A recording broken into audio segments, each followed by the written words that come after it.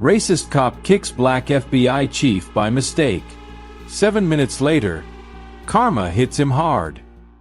The late afternoon sun cast long shadows over Maplewood Avenue. Officer Parker drummed his fingers against the steering wheel of the patrol car, his mirrored sunglasses glinting in the sunlight. Beside him, his young partner, Officer Hayes, sat in uneasy silence. It was another slow day, and Parker's restlessness was palpable. "You see, Hayes," Parker said, breaking the silence, "this is what good, honest neighborhoods look like. Quiet. No troublemakers. People who know their place." Hayes nodded faintly but didn't reply. He'd learned quickly during his 3 months on the force that Parker didn't need, or want, a conversation partner, just an audience. As they turned a corner near a boutique coffee shop, Parker's gaze fixed on a sleek black sedan parked just outside. A man, sharply dressed in a tailored suit and polished shoes, was stepping out of the vehicle.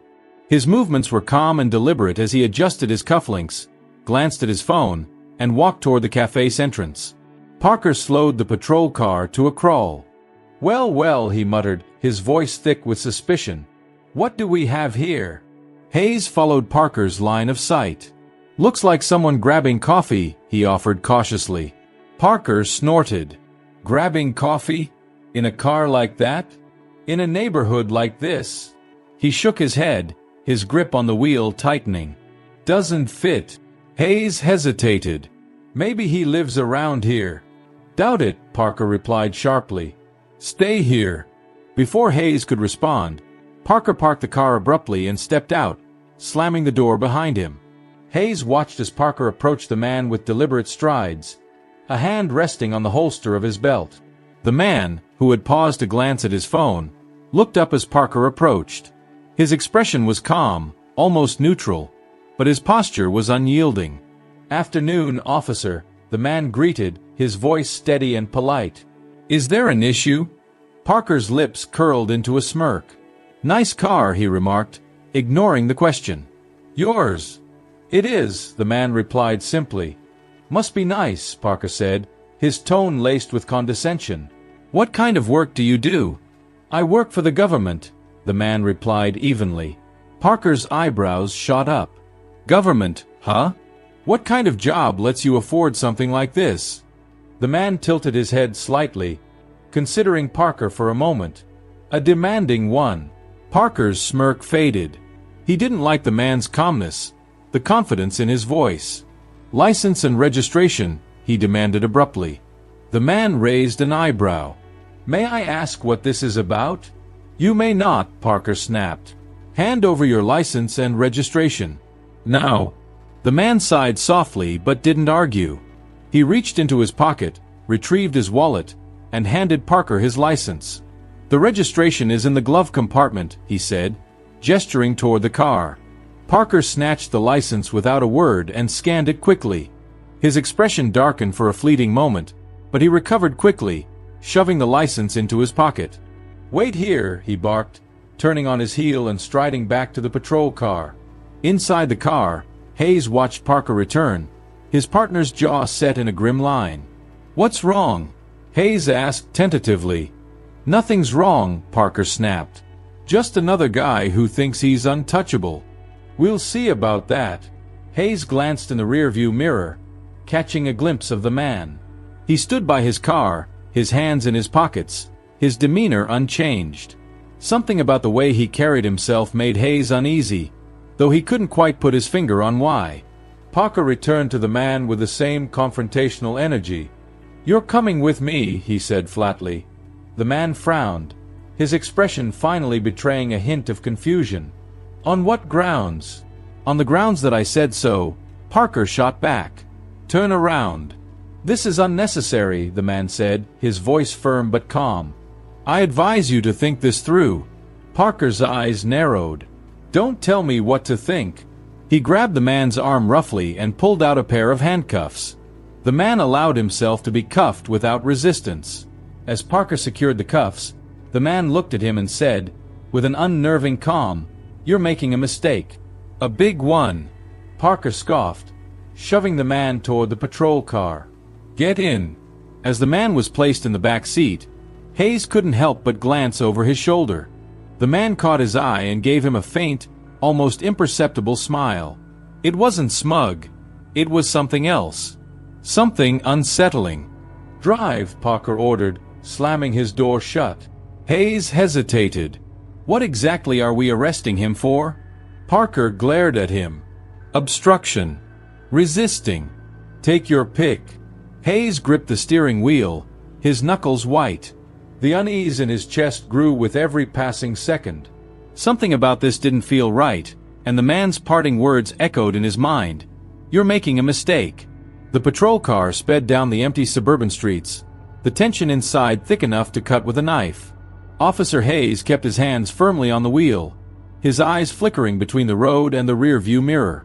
In the back seat, the man sat composed, his hands cuffed in front of him, his gaze fixed out the window as if he were merely a passenger in an ordinary car ride. His demeanor was unnerving, not angry, not panicked, just calm. Officer Parker, on the other hand, radiated agitation. He drummed his fingers on his thigh, his jaw clenched tight. He kept stealing glances at the man in the back seat, each one filled with suspicion and frustration. "What's your name again?" Parker barked, twisting in his seat to look at the man. The man met Parker's gaze in the mirror. "It's on the license you confiscated." "Don't get smart with me," Parker snapped. "Answer the question." "Michael Brooks," the man replied evenly. "And what do you do for the government, Mr. Brooks?" Parker sneered, emphasizing the title. "I already answered that question," Brooks said, his voice steady. "I work in a demanding role." Hayes shifted uncomfortably in his seat, glancing sideways at Parker. "Should we be taking him in without a formal charge?" he asked cautiously. Parker shot him a look that could freeze water. "You questioning me, Hayes?" Hayes shook his head quickly, his grip on the wheel tightening. "No, sir. Just making sure we're following protocol." "Protocol?" Parker scoffed. "Protocol is keeping people like him in line. Trust me, this guy's hiding something." In the back seat, Brooks raised an eyebrow but said nothing. His silence seemed to infuriate Parker further. As they approached the station, Brooks finally spoke. "I'd like to make a phone call when we arrive." Parker let out a short, humorless laugh. "You'll make a call when I say you can. You're in no position to make demands." Brooks didn't respond. Instead, he adjusted his posture slightly, leaning back as though settling in for a long ride. His composure only heightened the growing unease in Hayes's chest. When they arrived at the station, Parker yanked the door open and hauled Brooks out of the car. The man didn't resist, but as he was led into the station, heads began to turn. Officers milling around the front desk paused to watch, their eyes flickering between Parker's flushed face and Brooks's composed demeanor. "Who's that?" one officer muttered to another. "Don't know," his colleague replied. "But he doesn't look like the usual crowd." Brooks was guided to a holding area, where Parker roughly pushed him into a chair. "Sit tight," Parker said, his tone dripping with authority. "I'll deal with you shortly." Brooks adjusted his cuffs and sat quietly, his gaze sweeping the room. There was no fear in his expression, no anger. Just a quiet, calculating look that unsettled even the officers who weren't directly involved. Hayes lingered near the door, watching as Parker filled out paperwork at the desk. "You sure about this?" Hayes asked in a low voice. "Sure about what?" Parker snapped. "About him. Something doesn't add up. He doesn't seem ordinary." Parker slammed his pen down. "That's because he's not ordinary, Hayes. Guys like him think they're above the law. It's our job to remind them they're not." Hayes opened his mouth to reply but thought better of it. Instead, he turned his attention back to Brooks, who had now leaned back in his chair, his gaze fixed on the ceiling as though he were studying the patterns in the tiles. Minutes later, Parker approached Brooks with a clipboard in hand. "Let's make this easy," he said, shoving it toward him. "Sign the statement admitting to resisting arrest, and maybe you'll get off with a fine." Brooks glanced at the clipboard but didn't reach for it. "What exactly am I admitting to?" Parker's jaw tightened. "Resisting arrest. Obstruction." "Obstruction of what?" Brooks asked, tilting his head slightly. His calm tone was infuriatingly even. Of an officer doing his duty, Parker growled. Brooks let out a quiet chuckle. And what duty would that be? Harassing citizens without cause. Parker's face turned red. Sign the paper. No, Brooks said simply, folding his hands in his lap. The refusal hung in the air like a challenge, and Parker stepped closer, his fists clenching. You think you're untouchable, don't you? Brooks met his gaze, unflinching. I think you've already crossed the line, Officer Parker. And the deeper you dig, the worse it will get. The mention of his name gave Parker pause, a flicker of uncertainty crossing his face. How do you know my name? Brooks didn't answer. Instead, he leaned back in his chair, his expression unreadable. The room seemed to grow quieter, the tension thickening. Parker stepped back, his mind racing. He wasn't used to suspects who didn't break under pressure, and the nagging feeling that he'd underestimated Brooks began to creep into his thoughts. As Parker stormed off, Hayes lingered near the holding area, his gaze meeting Brooks's. You okay? He asked softly, unsure why he felt compelled to ask. Brooks nodded. I've been in worse situations. Hayes frowned. You don't seem worried. I'm not, Brooks replied, a faint smile playing on his lips. But you should be. Hayes's unease deepened, and as he walked away, he couldn't shake the feeling that something monumental was about to unfold. Brooks remained seated in the holding room, his calm demeanor a sharp contrast to the charged atmosphere brewing in the station. Around him, officers whispered among themselves, exchanging glances that ranged from curiosity to unease. The air was thick with tension, as though the room itself sensed that something was amiss. Officer Parker stormed into the main office area, fuming. He slapped Brooks's confiscated wallet on the desk in front of the desk sergeant, a wiry man in his 50s with graying hair and a skeptical expression. Run this, Parker ordered, his voice clipped. The sergeant raised an eyebrow, picking up the wallet. No ID. Driver's license, Parker snapped, already irritated. Name's Michael Brooks. Says he's some sort of government employee. Let's see if that checks out. The sergeant tapped away at his keyboard, inputting the details with slow, deliberate precision. Parker leaned over the desk, watching the screen like a hawk. You seem tense, Parker, the sergeant remarked dryly. I don't need commentary, Greg. Just get it done. Behind him, Officer Hayes hesitated near the edge of the room, clearly torn between speaking up and staying out of Parker's way. Eventually, he stepped forward. Sir, do you really think this is necessary? He wasn't resisting that much. Parker whirled around, his eyes blazing. Are you defending him, Hayes? I'm just saying.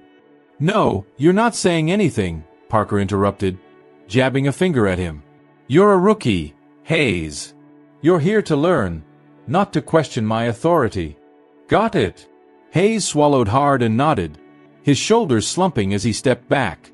The other officers exchanged uneasy glances, the cracks in Parker's confidence becoming more apparent by the minute. Meanwhile, Brooks observed everything from the holding room. He hadn't moved from his seat, but his sharp eyes took in every detail.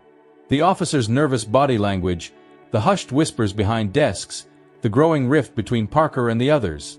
His presence alone seemed to unsettle the station, as if an invisible force emanated from him, throwing the usual dynamics into disarray. Occasionally, an officer would glance his way, only to look away quickly when they met his calm, piercing gaze. Brooks didn't need to say a word. His silence was its own form of authority, a quiet reminder that he was not a man to be underestimated. Back at the desk, the sergeant frowned at the screen. Something's not adding up, he muttered. Parker leaned in closer. What do you mean? There's no record of a Michael Brooks with this license number. What? Parker snapped, his voice rising. That's impossible. Run it again. I already did, the sergeant replied, his tone steady. Whoever this guy is, he's not in the system. At least, not under this name. Parker's jaw tightened. He turned to glare at Brooks through the holding room window, his mind racing. He's hiding something. I knew it. The sergeant raised an eyebrow. Or maybe you just made a mistake. Parker slammed his hand on the desk. "Don't start with me, Greg."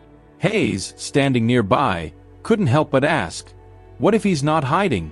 What if he's someone we just don't have access to?" Parker rounded on him. "What the hell does that mean, Hayes?" Hayes hesitated, glancing toward the holding room. "I mean, what if he's someone important?" The words hung in the air, silencing the room. Even Parker seemed momentarily struck by the suggestion, though he quickly shook it off. "He's not important," he spat. "He's just another arrogant." The station door swung open, cutting him off. A young officer rushed in, clutching a phone. "Sarge, you need to see this," he said, his face pale. "What is it?" the sergeant asked, taking the phone. The officer leaned in, whispering something that made the sergeant's eyes widen. "Holy hell," the sergeant muttered under his breath. He looked up at Parker, his expression grim. "We've got a problem." "What kind of problem?" Parker demanded. The sergeant handed him the phone. On the screen was a news feed, the headline flashing in bold letters. "Man arrested in viral traffic stop identified. Mystery deepens." Below it was a blurred image of Parker pulling Brooks from his car. Parker's face turned ashen. This just happened. How the hell is it already online?" Hayes peered over his shoulder. "Looks like someone filmed it." Parker cursed under his breath. "Who the hell filmed it?" "Does it matter?" the sergeant shot back. "The real question is, who is he, and why is this blowing up so fast?" As the officer scrambled to make sense of the situation, Brooks remained in his seat, his posture relaxed, his expression unreadable. But there was a subtle shift in his demeanor, a faint curve of his lips, almost like a smile. He glanced at the clock on the wall, his calm gaze lingering on the ticking hands. The storm was building around him, and he seemed to know exactly when it would break. The door to the holding room opened, and Parker stormed in, his face a mask of anger. "You think this is funny?" he demanded, slamming his hands on the table. Brooks looked up at him, his expression as calm as ever. "I think it's predictable," he said evenly. Parker's jaw tightened. "What the hell does that mean?" "It means," Brooks replied, leaning forward slightly, "you're about to find out who I am." For the first time, Parker hesitated. The man's calm confidence was unshakable, and it was beginning to gnaw at him. Whatever was coming, he could feel it creeping closer, like the distant rumble of thunder before a storm. And Brooks? He simply waited, knowing the storm would hit exactly when it was meant to. The station's atmosphere grew increasingly charged, the tension rippling through the room like static electricity. Officer Parker paced the main floor, barking orders at anyone who dared to approach him. His authority, however, no longer commanded the respect it once did. Whispers followed him like shadows, and every officer's gaze seemed to linger on the holding room where Brooks sat in unshakable calm. Across town, a local news outlet broke the story of the arrest. The video of the traffic stop was now circulating widely, its caption dripping with intrigue. "Unjustified arrest or something more. Watch this shocking incident unfold." Social media platforms buzzed with outrage, and hashtags like #WhoIsMichaelBrooks and #AccountabilityNow trended nationally. Activists began rallying online, demanding answers about the mysterious man in the video. His calm defiance struck a chord, and speculation about his identity ran wild. Was he a wealthy businessman? A diplomat? Or perhaps something even more significant? Meanwhile, in the police station, Parker remained oblivious to the growing storm. He dismissed the sergeant's warnings about the viral video, brushing them off with his trademark arrogance. "Let them talk," he sneered. "It doesn't change a damn thing." But for the rest of the officers, it was clear that something was about to give. In the corner of the station, Officer Ramirez sat at his desk, his expression troubled. He stared at the file in front of him, a standard arrest report filled with glaring inconsistencies. The man's license hadn't registered in the system, and no criminal record or warrants had surfaced. There was no justification for holding him. Ramirez's conscience weighed heavily on him. The arrest hadn't felt right from the start, and now the mounting evidence, or lack thereof, only confirmed his suspicions. He glanced at the other officers, their faces etched with unease. Finally, He stood up and approached Parker. "Sir," Ramirez began, his voice steady but firm, "I think we need to release him." Parker stopped mid-pace, turning to face him with a look of incredulity. "Excuse me." "There's no probable cause," Ramirez continued, his confidence growing. "The man hasn't done anything wrong.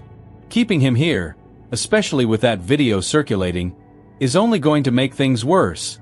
Parker stepped closer, his tone icy. "You don't get to make that call, Ramirez."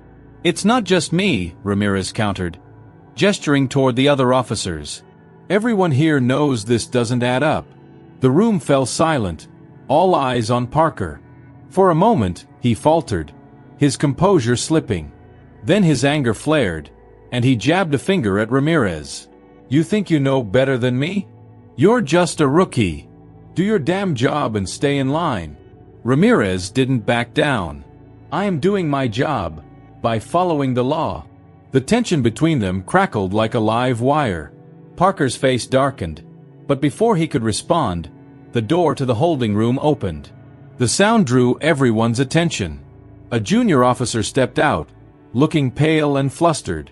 Behind him, Brooks emerged, his posture as composed as ever. The officers exchanged uncertain glances. No one had given the order to move him. Parker stormed forward. "Who the hell said you could leave?" Brooks paused in the doorway, his gaze locking onto Parker. His voice was calm, almost conversational, but it carried an edge of authority that silenced the room. "I didn't leave. You brought me here. Remember?" Parker's jaw clenched. "Get back in there." Brooks smiled faintly, his eyes flicking to the clock on the wall. "You're running out of time, Officer Parker." "What's that supposed to mean?" Parker snapped, his voice rising. Brooks didn't answer. Instead, he turned to Ramirez, his expression softening. "You have a good head on your shoulders," he said quietly. "Don't lose it trying to follow a bad one." Ramirez blinked, caught off guard. Before he could respond, Brooks allowed himself to be led back into the holding room by the junior officer. The door closed behind him with a soft click, leaving the station in stunned silence. As the officers processed the scene, the station's landline phone rang sharply, cutting through the tension. The sergeant answered it, his expression hardening as he listened. "Yes, sir," he said, his voice stiff. "Understood. I'll inform them."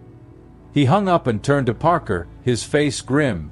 "We have a situation." Parker frowned. "What now?" "That was the federal office," the sergeant replied. "They're sending someone down here. Immediately." Parker's arrogance faltered for the first time. "Why?" The sergeant glanced toward the holding room, then back at Parker. "Because of him." As the minutes ticked by, the tension in the station reached a boiling point. Parker's confidence began to crumble, his bravado replaced by a growing sense of dread. Ramirez, meanwhile, felt a flicker of hope. If federal agents were involved, perhaps justice would prevail. In the holding room, Brooks leaned back in his chair, his calm demeanor unshaken. He glanced at the clock again, his lips curving into the faintest of smiles.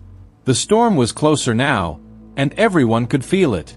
The police station, already tense from the growing media attention, fell into an uneasy silence when the sound of tires screeching into the parking lot echoed through the walls.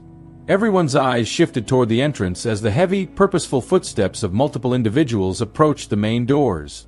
Whatever was about to happen, it was going to change everything. The glass doors swung open, revealing three figures in dark suits. Their presence immediately commanded attention.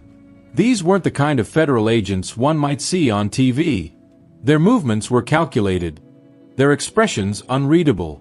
Each wore an earpiece and carried a badge prominently displayed on their belts. The lead agent, a tall woman with piercing eyes, scanned the room as though she could read every secret it held. She stopped at the reception desk, her voice calm but firm. "We're here for the man you have in custody," she said. "Michael Brooks." Officer Parker, still clinging to the last shreds of his authority, stepped forward. "And you are?" The woman's gaze shifted to him, unblinking. "Agent Carter, Federal Bureau of Investigation." The room fell silent. Ramirez exchanged a glance with a nearby officer, his unease deepening. Parker, however, wasn't ready to relinquish control. "This is our station, Agent Carter. And this man was arrested on valid charges." Carter's lips twitched into the faintest hint of a smirk. "Is that so? I'd like to see those charges." Parker bristled. "You don't have jurisdiction here." Carter raised an eyebrow, reaching into her jacket pocket to produce a document. "Actually, we do. This is a federal jurisdiction matter. I suggest you cooperate before you make things worse for yourself." As Carter handed the document to the station sergeant, her two colleagues stepped forward. One of them, a broad-shouldered man with a quiet intensity, fixed his gaze on Parker. "Where is he?" the man asked, his voice low but full of weight. "He's in holding," the sergeant interjected, cutting off Parker's attempt to respond. He could feel the balance of power shifting in the room. "I'll take you to him." Carter nodded. "We'll handle it. Just open the door." Parker moved to block their path. "You can't just walk in here and—" "Stand down, officer," the sergeant interrupted, his tone sharp. "This isn't a debate." For the first time, Parker hesitated. The officers around him, many of whom had silently questioned his judgment, seemed to side with the sergeant. Ramirez felt a surge of relief. Finally, someone was taking control of the situation. Carter and her team were escorted to the holding area, where Brooks sat patiently, his hands folded on the table. His calm demeanor remained unchanged, but there was a subtle shift in his posture when the agents entered, a recognition of authority. "Michael," Carter said, her voice softer now. "We're here." Brooks smiled faintly. "Took you long enough." Carter allowed herself a small chuckle. "Traffic." One of the other agents stepped forward, handing Brooks a phone. He quickly typed a message, his demeanor still composed. Ramirez, standing just outside the holding room, couldn't shake the feeling that something monumental was unfolding before his eyes. As the agents conferred with Brooks, the station began to buzz with activity. Officers whispered among themselves, their curiosity and anxiety mounting. The federal presence had shifted the dynamic entirely, and everyone could feel it. Meanwhile, Parker fumed at the front desk, pacing like a caged animal. He couldn't understand how things had spiraled so far out of his control. The frustration boiled over when Ramirez approached him. "Sir," Ramirez began cautiously, "don't you think we should just let this play out? It's clear they outrank us." Parker turned on him, his face flushed with anger. "You don't tell me how to run this station." "Got it." Ramirez held his ground. "I'm just saying, this isn't about us anymore." Parker's response was cut off by the sound of a commotion at the front entrance. Another car had pulled up, this one a sleek black SUV. The door opened, and a figure stepped out, flanked by two more agents. The station fell silent once again as the newcomer entered. He was tall, with a commanding presence and an air of authority that demanded attention. The room seemed to shrink around him as he walked in, his eyes scanning the crowd until they landed on Parker. "Who's in charge here?" the man asked, his voice calm but brimming with power. The sergeant stepped forward. "That would be Officer Parker." The man's gaze shifted to Parker, who suddenly felt very small. "We need to talk." In the holding room, Brooks glanced at the clock. His expression softened slightly as though he knew the storm outside was reaching its peak. Carter leaned in, her voice low but audible to the officers just outside. "They don't know who you are yet, do they?" she asked. Brooks shook his head. "Not yet. But they will." The agents exchanged a glance, their expressions unreadable. Outside, Parker's argument with the newcomer escalated, his voice rising in indignation. The man remained calm, his words measured but firm. Ramirez listened closely, his heart pounding. For the first time, he felt the full weight of what was happening, and it was far bigger than anyone in that station had anticipated. The station had become a powder keg of tension. The arrival of the sleek black SUV and the commanding figure who stepped out had turned every head. Whispers passed through the officers like wildfire, but no one dared to speak too loudly. Something monumental was unfolding, and everyone felt its gravity. Parker stood rigid as the tall, commanding man fixed him with a piercing gaze. Ramirez watched from a distance, feeling an almost tangible shift in the room's energy. This wasn't just another federal agent. There was something about this man. His presence was undeniable. "Officer Parker," the man said, his voice calm yet authoritative. "Do you have any idea who the man in your holding cell is?" Parker's arrogance flared. A suspect resisting a lawful order. The man's lips twitched into a faint smile, but his eyes remained cold. "That suspect is Colonel Michael Brooks of the CIA. Your actions have created a diplomatic crisis you can't even begin to understand." Gasps rippled through the surrounding officers. Ramirez froze, his mind racing. "Colonel? CIA?" The words didn't seem to fit the calm, unassuming man he had seen earlier. Parker, however, refused to back down. "I don't care who he is," Parker snapped. "No one is above the law." The man's smile disappeared. He stepped closer to Parker, lowering his voice to a dangerous tone. "You've already stepped so far outside the law, officer. You don't even realize where you are. But you will." In the holding cell, Brooks sat quietly, his composure unshaken. Agent Carter stood beside him, checking her phone. "It started," she said, her voice low. Brooks nodded. "Good. Let them stew a little longer." Through the small, barred window in the door, Brooks could see the officers bustling in confusion. Some whispered, glancing nervously toward the cell. The ripples of his identity were spreading quickly, and he knew it was only a matter of time before the full weight of his influence came crashing down. Ramirez appeared at the door, hesitating before stepping inside. He was clearly torn, unsure of how to handle the situation but compelled to act. "Sir," Ramirez began, addressing Brooks directly, I didn't know." Brooks studied him for a moment, his expression softening. "You still don't, Officer Ramirez. But you will." Ramirez opened his mouth to respond, but Carter's sharp voice cut in. "Is there something you need, officer?" Ramirez glanced at her, then back at Brooks. "Just trying to make sure everything is under control." Brooks tilted his head, his tone firm yet calm. "Control is a funny thing. It shifts quickly when people aren't paying attention." Ramirez's face flushed, and he stepped back, retreating from the room. Meanwhile, the video of the arrest had exploded online. News outlets picked up the story, and social media buzzed with outrage. While Brooks' identity hadn't yet been confirmed publicly, speculation was rampant. The headline "Man detained in questionable arrest at police station" was trending, and comments poured in, ranging from outrage to curiosity. Inside the station, phones began ringing off the hook.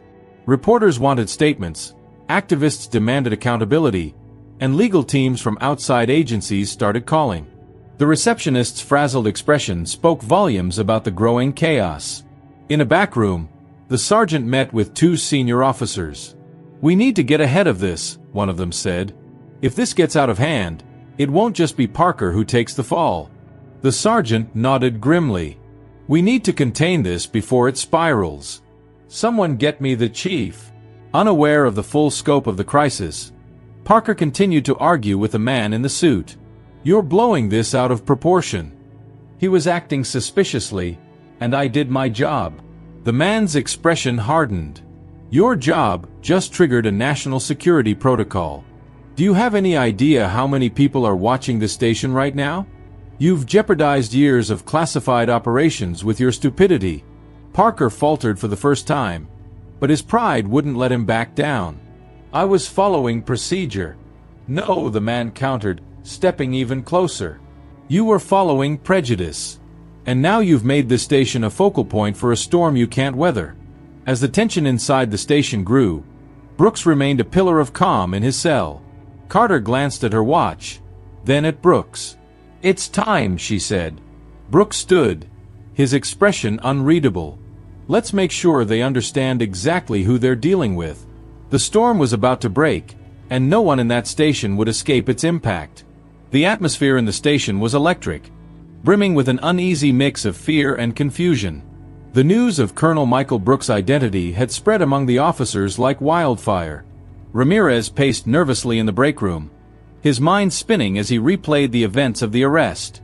Parker, meanwhile, doubled down on his arrogance, refusing to believe that his actions were more than a simple misunderstanding.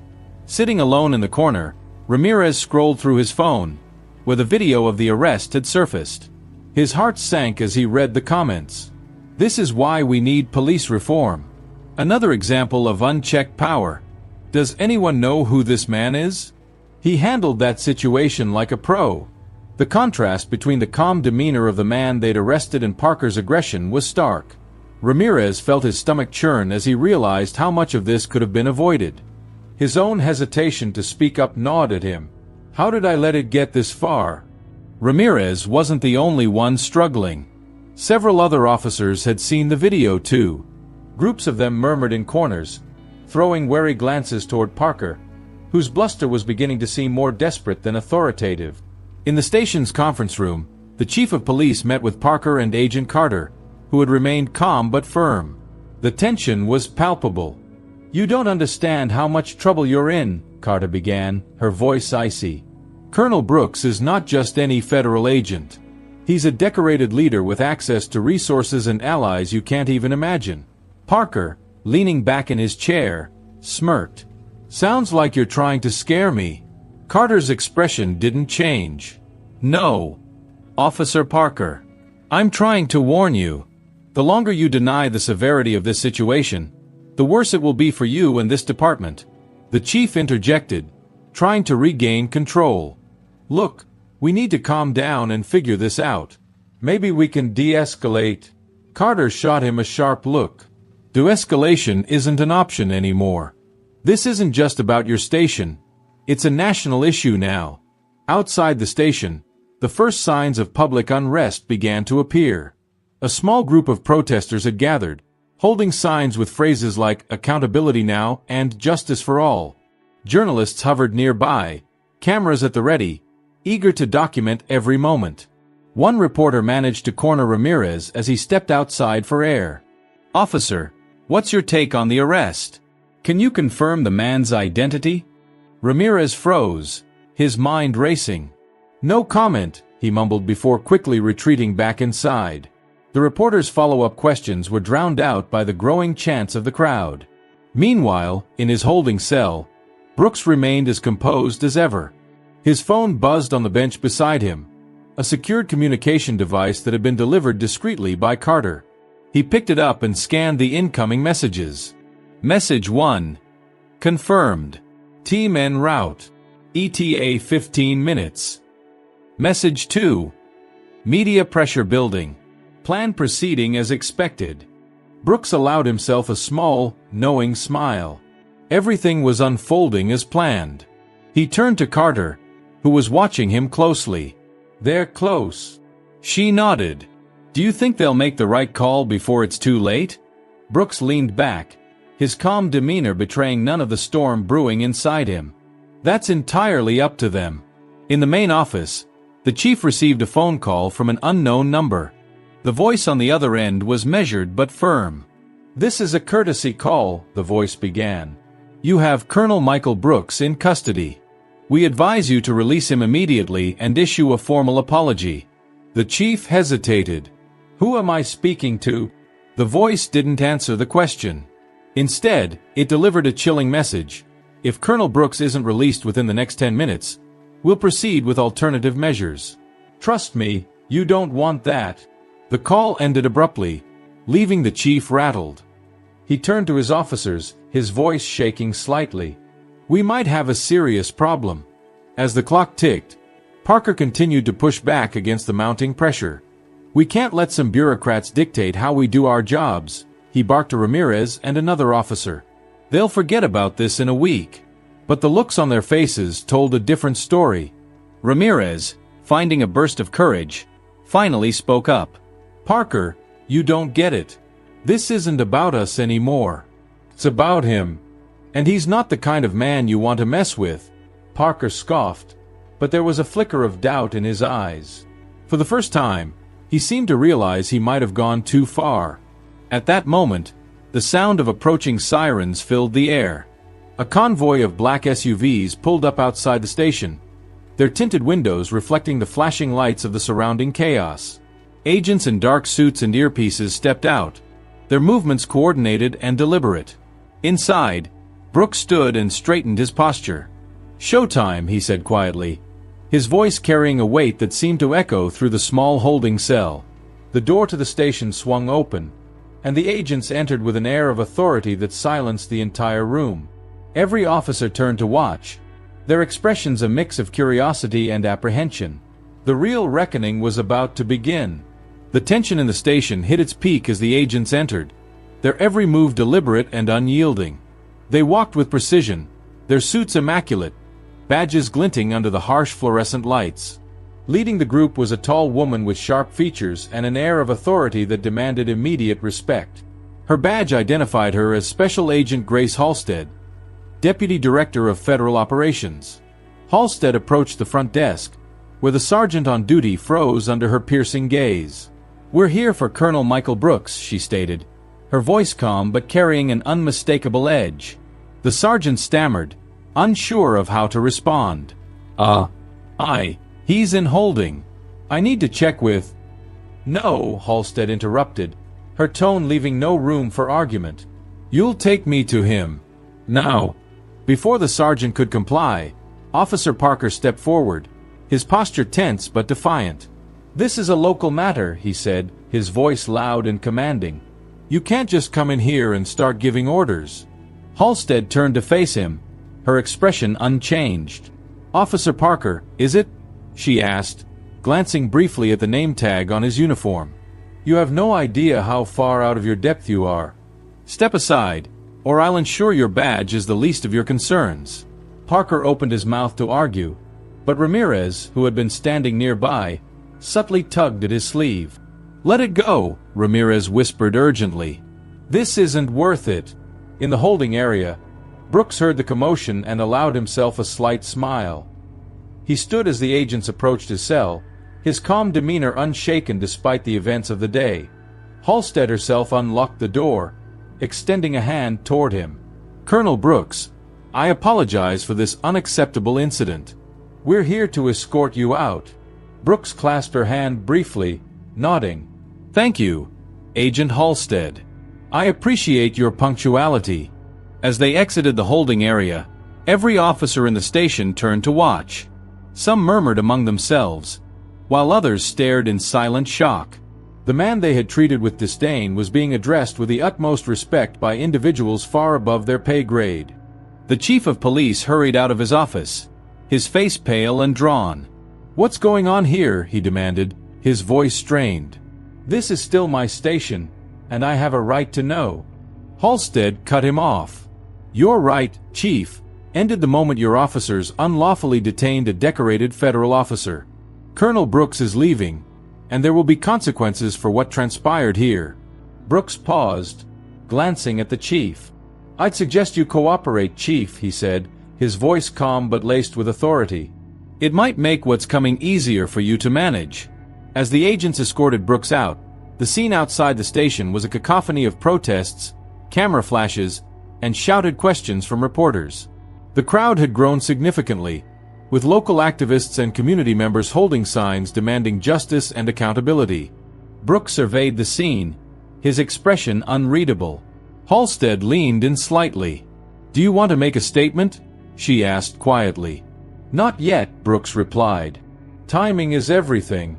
Back inside, Parker paced the break room, fuming. "This is insane," he muttered, slamming his fist on the table. "They're treating him like royalty for what? Because he can flash a badge." Ramirez, standing in the doorway, crossed his arms. "Because he earned that badge," he retorted. "And because you screwed up." Parker spun around, glaring at him. "You think I'm the bad guy here?" He had an attitude. He was disrespectful. Ramirez shook his head, his voice rising. "No, Parker." He was calm. "You were the one who escalated things. And now you're dragging the rest of us down with you." As the SUVs pulled away, leaving the station in their wake, Halstead's parting words echoed in the chief's mind. "This isn't over." Inside, Officers whispered among themselves, their once solid camaraderie now fractured by the day's events. The weight of what had just occurred settled over the station like a storm cloud, and everyone knew the fallout was only beginning. Meanwhile, Brooks sat silently in the back seat of the lead SUV, his gaze fixed on the horizon. His composed exterior belied the storm of thoughts swirling within him. The day had been humiliating, but he knew that every step had been a calculated move. The real reckoning was yet to come. The morning sun had barely risen when the first wave of news reports hit. The video of Colonel Brooks being kicked, handcuffed, and led into the police station had gone viral overnight. Major networks picked up the story, featuring heated debates about systemic racism, police misconduct, and the alarming treatment of black professionals. Phrases like unlawfully detained, racial profiling, and decorated federal officer dominated headlines. Commentators speculated on Brooks' identity and why federal agents had intervened so swiftly. The video's captions read, "Racist cop targets black man, but he chose the wrong one." Social media platforms exploded with opinions. Memes circulated, some portraying Officer Parker as a caricature of arrogance and ignorance. Others featured Brooks' calm demeanor during the altercation, with captions like, "When you know you've already won." Activists and influencers began planning protests outside the station. Meanwhile, #JusticeForBrooks trended worldwide within hours. Inside the station, the atmosphere was suffocating. Phones rang incessantly with calls from journalists, activists, and even members of Congress. Reporters camped outside, their cameras capturing every movement at the entrance. Officer Parker sat in a corner of the break room, scrolling through his phone in disbelief as the video of his actions was replayed on every major channel. His name was now public, and his face was plastered across the internet. Ramirez approached him, his expression conflicted. "They're calling for your badge," he said quietly. Parker shot him a glare. "They don't understand. I did my job. Did you?"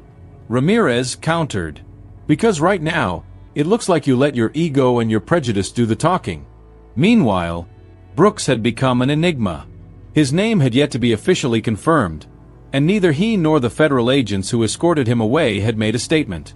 This only added to the intrigue, leaving the public desperate for answers. A press conference was scheduled at a federal building later that afternoon, sparking speculation. Who exactly was Colonel Brooks? And why had the federal government intervened so quickly? In his office, the chief of police was bombarded with calls from city officials and higher-ups. A meeting with the mayor was imminent, and the chief knew he had no good answers. "This is a disaster," he muttered, pacing the room. When Parker entered to defend himself, the chief's anger boiled over. "You've put this entire department under a microscope," he snapped. "Do you have any idea what you've done?" Parker bristled. "I was doing my job." He was being disrespectful. Disrespectful. The chief's voice rose. "He's a federal officer. You've brought the entire federal government down on us." Parker's defiance wavered as the weight of the situation began to sink in. By midday, the protest outside the station had grown. Community leaders took turns speaking into megaphones, demanding accountability. Signs reading "No Justice, No Peace," and "Stop Racial Profiling" filled the air. Among the crowd was a man in a tailored suit with a professional air. He observed quietly, his phone occasionally buzzing with updates. When a reporter approached to ask for a comment, he simply smiled and said, "Not yet." As the clock struck 2 p.m., cameras clicked and reporters jostled for position at the federal building where the press conference was being held. A podium adorned with the seal of the CIA stood at the center. When Colonel Michael Brooks finally stepped out, the room fell silent. Dressed sharply and carrying himself with the poise of a leader, he approached the podium and surveyed the crowd. His calm demeanor commanded respect. "This isn't just about me," Brooks began. His voice was steady, each word deliberate. "This is about accountability, integrity, and the values we claim to stand for. What happened to me is part of a larger issue, one that affects countless others who don't have the privilege of their story being heard." The audience hung on his every word as he continued. "I won't discuss the details of the incident yet, but I will say this. Justice isn't optional. It's a requirement. As the press conference aired live, households across the country tuned in. For some, Brooks was a hero, a symbol of dignity and resilience. For others, he was a stark reminder of the deep flaws within the system. At the station, Parker watched the broadcast, his face pale. Ramirez stood nearby, silently taking in every word. The weight of Brooks' message was impossible to ignore. The tension in the station was palpable as the front doors swung open to reveal an impeccably dressed man in his mid-40s. His tailored suit and authoritative stride immediately captured the attention of everyone present. Without hesitation, he made his way to the receptionist's desk, flashing a badge that silenced any objections. "I'm here to see Chief Anderson," he stated firmly. The receptionist, already flustered by the day's chaos, stammered a response. "He's in a meeting." The man's sharp gaze cut her off. "Tell him Marcus Caldwell is here. He'll understand." The name sent whispers rippling through the officers nearby. Marcus Caldwell was a high-ranking government official, known for his involvement in high-profile cases. What was he doing here? Inside his office, Chief Anderson sat behind his cluttered desk, his face a mask of frustration as he reviewed the mounting complaints and inquiries flooding the department. A knock at the door interrupted his thoughts. "Who is it?" he barked. The door opened, revealing Caldwell. The chief's expression faltered as he rose to his feet. "Mr. Caldwell, I wasn't expecting you." Caldwell entered without invitation, closing the door behind him. "I'm sure you weren't," he said coolly. "Let's cut to the chase. You have a situation that's spiraling out of control, and I'm here to contain it."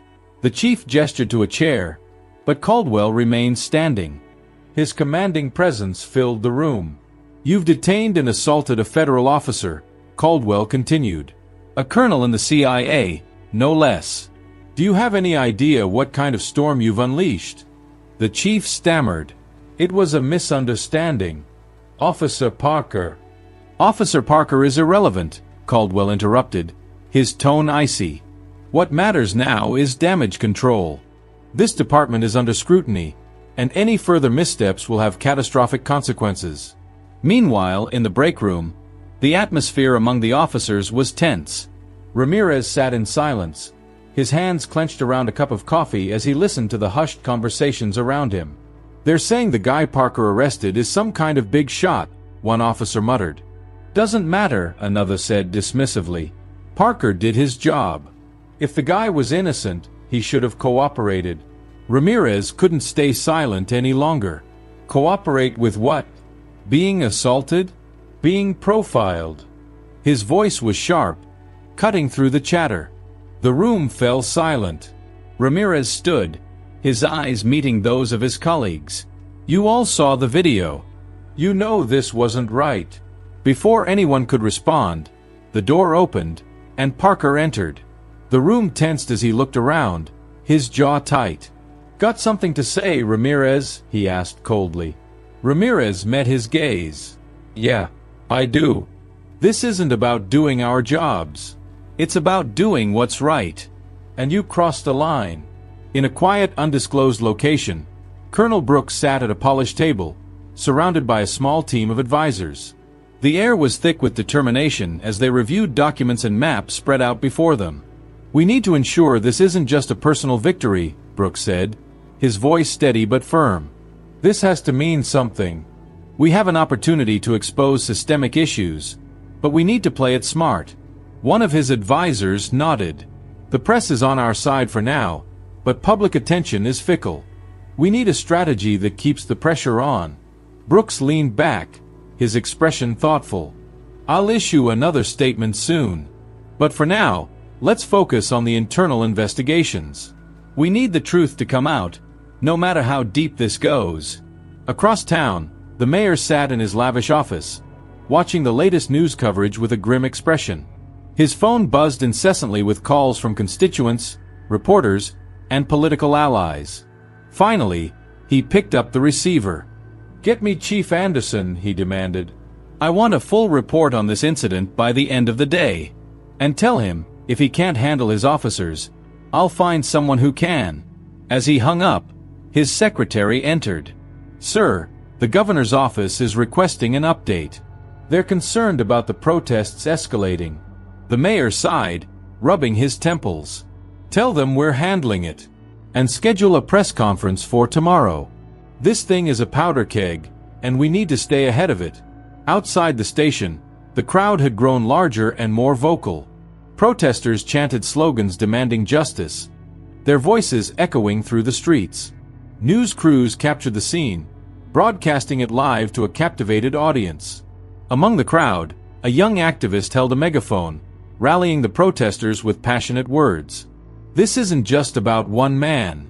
This is about all of us. This is about holding those in power accountable. We will not be silenced. The energy was electric, and the tension between the protesters and the line of officers guarding the station was palpable. Any wrong move could ignite the situation further. The crowd outside the police station had swelled to hundreds, with protesters spilling into the surrounding streets. Their chants were louder and more synchronized, carrying an undeniable urgency. Signs condemning police brutality and systemic racism waved high above the crowd. The air was thick with tension, as riot police formed a line in front of the station, shields and batons at the ready. In the heart of the crowd, an influential activist named Janelle Monroe took the megaphone.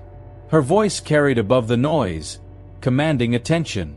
"We are here because of one man's arrogance," she declared.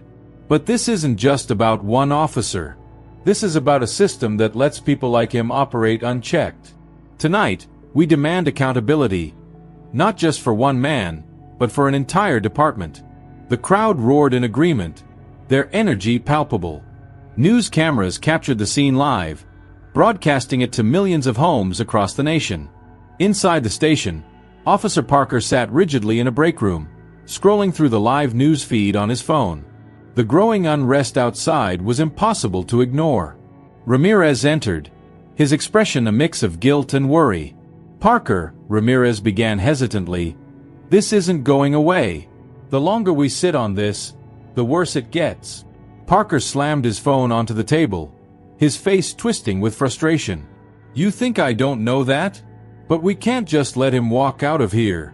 That would make me look weak, like I didn't have control." Ramirez crossed his arms, his voice steady but firm. "You didn't have control. Admit it. You made a mistake." Parker stood, his anger boiling over. "Careful, Ramirez. You're stepping on thin ice." Before Ramirez could respond, Chief Anderson burst into the room, his face flushed with frustration. "Parker, my office. Now." In the chief's office, Anderson paced behind his desk, glaring at Parker. "Do you have any idea what kind of mess you've caused? That man you arrested, Colonel Brooks, isn't just any federal agent. He's connected at the highest levels." Parker scoffed. "So what? That doesn't mean he's above the law." Anderson slammed a fist on the desk, silencing Parker. "This isn't about the law anymore. This is about optics, politics, and keeping this department from crumbling under national scrutiny. You've dragged us into a firestorm. And what do you want me to do about it?" Parker shot back. "Apologize and let him go? That'll make us look spineless." Anderson leaned in, his voice low and threatening. "You don't understand what you've done. Brooks didn't call his lawyer. He called the CIA. And now, I have federal agents breathing down my neck. If you don't fix this, I will make sure you're the one who takes the fall." In the holding cell, Colonel Brooks sat calmly, observing the escalating chaos through the small barred window. The noise of the crowd outside filtered in faintly, and he smirked at the irony of his situation. Despite the confinement, he held all the power. A young officer approached his cell hesitantly, holding a clipboard. "Colonel Brooks," the officer stammered, "you have a visitor." Brooks raised an eyebrow but said nothing as the officer unlocked the door and gestured for him to follow. He was led to a secure meeting room, where Marcus Caldwell, the well-dressed man from earlier, sat waiting. Caldwell stood as Brooks entered, extending a hand. "Colonel." Brooks shook it firmly. "Marcus. Took you long enough." Caldwell smiled faintly. "We wanted to give them just enough rope to hang themselves." They sat across from each other, and Brooks leaned forward, his tone serious. The protests are reaching a boiling point. We need to move fast before this becomes uncontrollable. Caldwell nodded. The higher-ups are ready to intervene. But we need your approval before escalating. Brooks took a deep breath, his expression unreadable. Do it. Let's show them what happens when they push too far. At City Hall, the mayor held an emergency press conference, his face drawn with stress. He addressed the growing crisis with a carefully measured tone. We are aware of the incident involving Colonel Brooks and are taking this matter very seriously, he began. Our city has always stood for justice and accountability, and I assure you, we will get to the bottom of this. Reporters peppered him with questions, their voices overlapping. Is the officer involved being disciplined? What's your message to the protesters? Do you think this reflects systemic issues within the police department? The mayor raised a hand to quiet the room. I urge the community to remain peaceful as we conduct a thorough investigation. We will address all concerns in due time. Despite his assurances, it was clear the mayor was walking a tightrope, trying to appease both the public and the powerful forces behind the scenes. Back at the station, the crowd began to grow restless. Protesters pushed closer to the barricades, their chants growing louder. Officers behind the line exchanged uneasy glances, their grips tightening on their batons. Inside, Ramirez watched nervously from a window. This is getting out of hand, he muttered. Parker, still defiant, shrugged. Let them yell. It's just noise. But Ramirez wasn't convinced. He could feel the tension in the air, the sense that something was about to snap. The protests outside the station had reached their boiling point. The once organized crowd had turned into a sea of chaos, with emotions running high. Chants for justice echoed down the streets, blending with the blaring horns of cars and the voices of impassioned speakers on megaphones. People carried signs reading, "No justice, no peace, and accountability now." The tension was palpable, and officers in riot gear lined up at the barricades, their shields glinting under the streetlights. Ramirez stood at a window, watching the scene unfold with a sinking feeling in his stomach. He turned to Parker, who stood defiantly near the station's entrance. "This is going to explode," Ramirez said, his voice strained. "We need to de-escalate." Parker scoffed. "They'll tire themselves out. Just let them yell." As the chaos brewed outside, a line of unmarked black SUVs pulled up to the station. The federal agents who emerged were dressed sharply in suits, their badges gleaming on their belts. Among them was Marcus Caldwell, the same man who had met with Colonel Brooks earlier. His presence exuded authority as he walked toward the station, flanked by a team of operatives. The protesters recognized the vehicles, and murmurs of confusion rippled through the crowd. Cameras turned to capture the scene, their lenses zooming in on Caldwell as he approached the station. The protesters grew quieter, their chants giving way to a tense anticipation. Inside the station, Chief Anderson greeted Caldwell with visible unease. "Agent Caldwell," he said, extending a hand. "This is a highly unusual situation." Caldwell ignored the handshake, his voice firm. "We need immediate access to Colonel Brooks. This has gone on long enough." Parker, standing nearby, folded his arms. "We're handling this by the book." Caldwell turned to Parker, his gaze sharp. "If you'd handled this by the book, we wouldn't be here. Step aside." Parker's face reddened. "This is my station, my jurisdiction. You don't just walk in here and start giving orders." Caldwell took a step closer, his calm demeanor unshaken. "You made a critical mistake when you decided to arrest a federal operative without cause. That man in your cell has more authority than you can comprehend. You're already out of your depth, and every second you refuse to cooperate, you dig yourself deeper." Ramirez, standing at the back of the room, hesitated before stepping forward.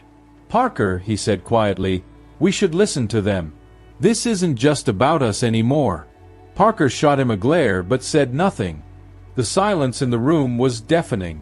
In the holding cell, Brooks sat with his usual calm, his posture unshaken by the chaos surrounding him. The sound of footsteps echoed down the corridor, and he looked up as Caldwell entered, flanked by two agents. "Colonel," Caldwell greeted him with a nod. "It's time." Brooks rose smoothly, his movements measured and deliberate. "About time," he said, his voice carrying a quiet authority. "What's the situation outside?" Caldwell replied, "The crowd is restless. The media is circling like vultures. We need to move carefully." Brooks smirked. "Let's not keep them waiting." As Brooks was escorted toward the station's front doors, the tension among the officers was palpable. Some whispered among themselves, others watched silently, unsure of what was about to unfold. The station felt like a powder keg, ready to ignite at any moment. When Brooks stepped into view of the protesters, a hush fell over the crowd. The chants stopped, replaced by murmurs of recognition. Cameras zoomed in, capturing every second of the scene. Brooks paused at the top of the station steps, scanning the crowd with a sharp, discerning gaze. Then, in a calm and measured tone, he began to speak. "Tonight," he said, his voice carrying through the stillness, "we are reminded of the power of accountability. Justice is not just a concept. It is a demand, a necessity. We have a long way to go, but tonight is a step toward ensuring that no one, is above the law." The crowd roared in approval, their cheers drowning out the noise of the city. Brooks raised a hand, and the noise subsided slightly as he continued. "This isn't just about me," he said. "This is about every individual who has ever faced injustice. Together, we can demand better. Together, we can be better." The crowd erupted once more, their energy electrifying. Reporters scrambled to capture his words, while the officers at the barricades exchanged uneasy glances. Inside the station, Parker paced furiously. His hands trembled, and sweat beaded on his forehead. Ramirez approached cautiously. "Parker," Ramirez said, "it's over. Let it go." Parker turned on him, his face twisted with rage. "Over? You think this is over? They've humiliated me. I'm not just going to stand here and—" His rant was cut off as Chief Anderson entered, his face grim. "Parker," Anderson said coldly, "you're done. Pack your things." Parker froze, his face pale. "You can't be serious." Anderson's tone left no room for argument. "I'm dead serious. Turn in your badge." Outside, Brooks stepped into one of the black SUVs. The crowd cheered as the convoy pulled away, leaving behind a city forever changed by the events of the night. Inside the vehicle, Brooks turned to Caldwell. "That went as expected," Brooks said. Caldwell smirked. "Maybe better." Brooks' expression darkened slightly. "It's not over." "Not yet." The camera lingered on his watch, its faint blinking light a reminder that something larger was still at play.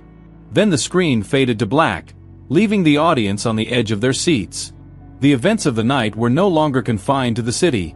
They had become a national phenomenon. Major news outlets replayed footage of Brooks' arrest and subsequent speech, dissecting every word and movement. Commentators debated the systemic issues it highlighted, while social media exploded with hashtags demanding accountability. Brooks' calm yet commanding demeanor during his speech became a rallying cry for change. Memes of his statement, "No one is above the law," went viral, and his stoic face became synonymous with resistance and resilience. Meanwhile, the police department faced an unprecedented level of scrutiny. Emails, incident reports, and internal communications began leaking online, painting a damning picture of a culture of abuse and cover-ups. Chief Anderson convened an emergency meeting with senior staff. The mood in the room was tense, with officers nervously glancing at one another as Anderson slammed a stack of papers onto the table. "These are just the beginning," Anderson said, his voice cold and sharp. "Every misstep, every report we've swept under the rug, is coming back to haunt us." Some officers bristled at his words, while others sat in silence, their faces grim. Ramirez, sitting near the back of the room, finally spoke up. "Maybe this is what we need," he said quietly. "To face the truth and make changes." Parker's absence loomed over the meeting like a shadow. Though he had been officially suspended, whispers circulated that he was planning to fight back, refusing to accept his downfall. Brooks, now at a secure federal facility, found himself in constant meetings. His handlers and superiors in the CIA were furious about the incident, not because of the injustice but because of the exposure it brought to their covert operations. "You've made this personal," one senior official said, his tone accusatory. "You were supposed to be low profile." Brooks remained unfazed. "This isn't about me," he replied. "It's about what's right." If shining a light on this mess jeopardizes operations, then maybe those operations need to change. His defiance didn't go unnoticed. Caldwell, seated quietly in the corner, smirked in admiration but said nothing. Parker, now isolated, was spiraling. At home, surrounded by unopened letters and the remnants of his once pristine reputation, he made frantic phone calls to allies who no longer picked up. The walls seemed to close in on him as the weight of his actions bore down. Late at night, he drafted a statement in an attempt to justify his behavior. "I was just doing my job," it began, but even as he wrote, the words felt hollow. He crumpled the paper and threw it aside, his frustration mounting. Federal investigators, emboldened by the public outcry, dug deeper into Parker's past. They uncovered a pattern of misconduct, falsified reports, complaints from civilians, and even internal warnings from colleagues. His actions during Brooks' arrest were merely the latest in a long string of abuses. The department faced mounting pressure as activists demanded a full-scale overhaul. Protests continued, but now they were joined by lawyers, civil rights leaders, and former officers who spoke out against the toxic culture within the force. Inspired by Brooks' speech, communities across the country began organizing. Town halls and public forums sprang up, with people sharing their own experiences of injustice. Brooks' words resonated deeply, becoming a catalyst for a broader conversation about systemic reform. Ramirez, watching from the sidelines, felt a growing sense of responsibility. For the first time, he reached out to reporters, anonymously sharing details about Parker's behavior and the department's failures. His information became a key piece in the unfolding narrative. Back in the federal facility, Brooks met with Caldwell and other operatives to discuss their next steps. While Brooks wanted to stay in the fight, Caldwell urged caution. "You've done enough for now," Caldwell said. "Let the system work for once." Brooks shook his head. "The system is broken. We can't just sit back and hope it fixes itself." Caldwell sighed. "Just don't let this consume you. You're more than this moment." Brooks didn't respond. His eyes were fixed on a map on the wall, his mind clearly planning something. The day of the internal hearing arrived, and the police station was surrounded by a sea of protesters, reporters, and community leaders. The atmosphere was electric with anticipation. Signs demanding accountability and justice filled the air as chants echoed through the streets. Inside, the hearing room was packed. Chief Anderson presided over the proceedings, his face a mask of forced calm. Collins sat rigidly in a chair, his lawyer at his side. Ramirez, seated a few rows behind, watched the events unfold with a mixture of apprehension and relief. On the opposite side of the room sat Brooks, composed as always. The weight of the moment rested on him, but his gaze was steady and unwavering. The evidence presented against Parker was damning. Internal reports detailed years of misconduct, with testimonies from civilians and fellow officers painting a picture of a man who wielded power recklessly. Video footage of the arrest played on a screen, drawing gasps from those in the room. Ramirez was called to testify. His voice trembled at first, but he steadied himself as he recounted the events leading up to the arrest. "I should have acted sooner," he admitted, his voice filled with regret. "But I won't stay silent any longer." When it was Parker's turn to speak, he attempted to justify his actions, but his arguments rang hollow. His lawyer's attempts to paint the incident as a misunderstanding were drowned out by the weight of the evidence. Finally, the verdict was delivered. Parker was dismissed from the force and faced criminal charges for misconduct and abuse of power. The room erupted in murmurs as the consequences of his actions became clear. After the hearing, Brooks addressed the media for the first time since the incident. Standing on the courthouse steps, he spoke with the same calm authority that had defined him throughout the ordeal. "This isn't about one officer or one incident," he said, his voice carrying over the crowd. "This is about a system that needs accountability. A system that must serve and protect every citizen equally, without prejudice or bias." His words resonated deeply, drawing applause and cheers from the crowd. Brooks' dignity and composure became a symbol of resilience, inspiring others to take action in their own communities. Ramirez, though shaken by the events, found a new sense of purpose. He resigned from the force and joined a grassroots organization dedicated to reforming police practices. His decision was met with mixed reactions, but he knew it was the right path for him. In a quiet moment, he approached Brooks after the hearing. "I'm sorry for everything," he said, his voice heavy with remorse. "I didn't do enough." Brooks extended a hand. "Acknowledging it is the first step. Now make it count." The aftermath of the incident rippled across the nation. Departments in other cities began re-evaluating their policies and practices. Protests and town hall meetings led to new initiatives focused on training and accountability. The FBI and CIA jointly released statements emphasizing their commitment to justice and transparency. Brooks' position within the CIA was solidified, and he became a trusted advisor for internal cultural reforms. Parker's life unraveled further. His trial became a media spectacle, with former colleagues and victims coming forward to testify. Ultimately, he was convicted and sentenced, sending a strong message about the consequences of abusing authority. The once arrogant officer was left to face the repercussions of his actions, his fall from grace serving as a cautionary tale for others.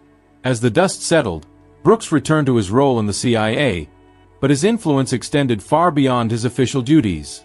He became a public figure advocating for systemic change, using his platform to bridge the gap between law enforcement and the communities they served.